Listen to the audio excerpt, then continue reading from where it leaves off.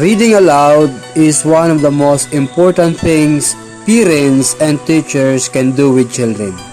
Reading aloud builds many important foundational skills, introduces vocabulary, provides a model of fluent, expressive reading, and help children recognize what reading for pleasure it's all about. Good day, everyone. My report is entitled Emerging Ways to Read Aloud. At the end of my report, I'm expecting you all to describe the role of teachers in reading aloud. Second, describe the importance of reading aloud.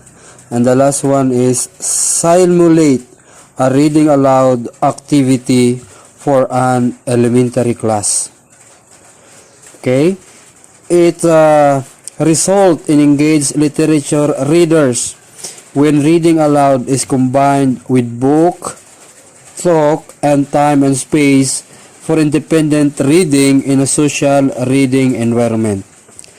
Research has proven that reading aloud does not only improve literacy but also provide a myriad of learning benefits. One of the primordial benefits is developing critical thinking among learners. For instance, when the teacher injects the high-order questioning technique before, during, or after the reading aloud activity, the learners will have the chance to model strategies on making inferences, creating conclusions, and producing sound reasons. The pupils' latitude of imaginative and evaluative thinking is enhanced as the literary piece unfolds. Reading aloud likewise scaffolds children's understanding of the salient parts of the story. Other benefit of reading aloud includes the following. According to Baron and Youngs in 2008 and William 2008, it engaged discussion. Second, it developed listening habits. The third one is it motivates pupils to read. Then, it causes easy and quick reading. Next, it provides an easy assessment of teachers' comprehension, or it provides an easy assessment of readers' comprehension. Next, it prolongs the learner's attention span. And the last one is enrich the child's vocabulary bank.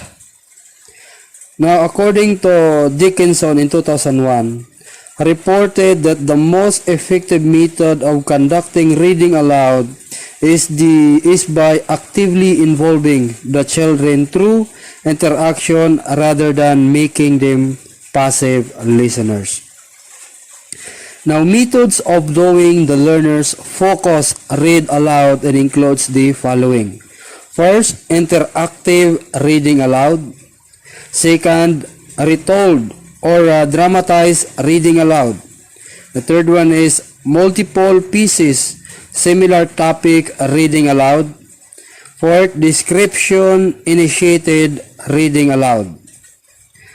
In the Philippines, one effective read aloud practice today is using sophisticated stories through big books and picture books compared to predictable books, and also play a great role in kindergarten and elementary literacy.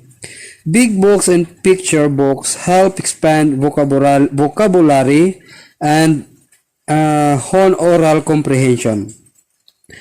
And a Diped Order 90 series of 2021 is just one among the Diped policies regarding the production of big books in improving literacy of elementary grades. Reading aloud using big books with fiction characters is potentially necessary for classroom with a high percentage of at-risk readers. Using big books for reading aloud activities does not only engage learners in reading, but also improve grade school literacy.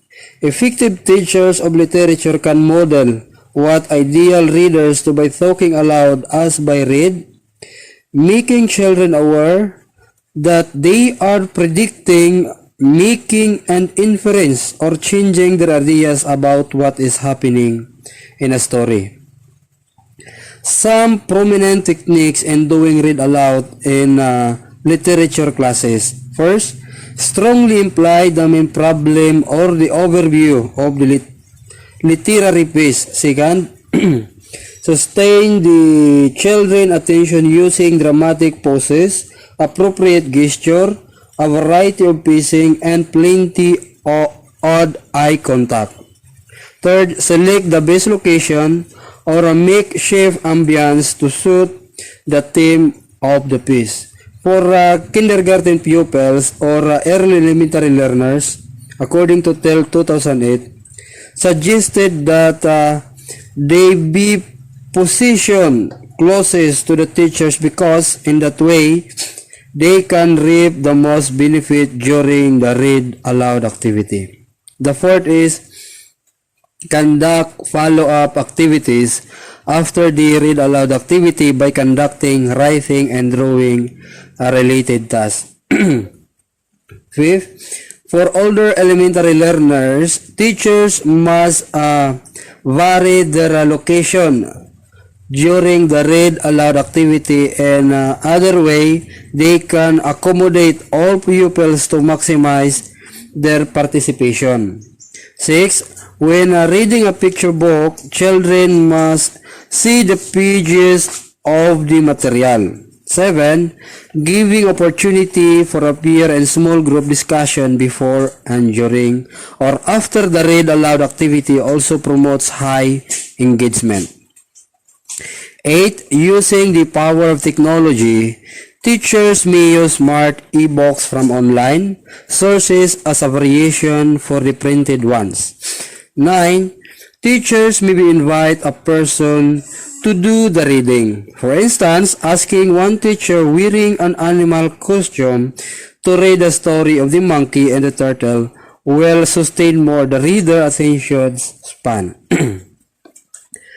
Due to various forms of technological advancement nowadays, the younger generation attention to reading is now being diverted to different things. And sadly, most of the time, they miss the fun of learning by themselves because they don't get a chance to know the pleasure of reading. Reading aloud is one of the most important things parents and teachers can do with children.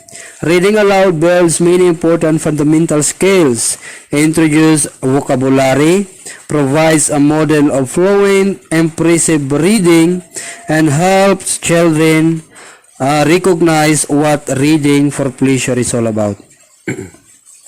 Reading is a very important language learning skill. It's help you improve all parts the English language. Vocabulary, spelling, grammar, and writing. Improve and use your reading skills and you will improve all your English skills. I hope you gain some information on how to teach your children or students to read aloud. Goodbye and thank you so much.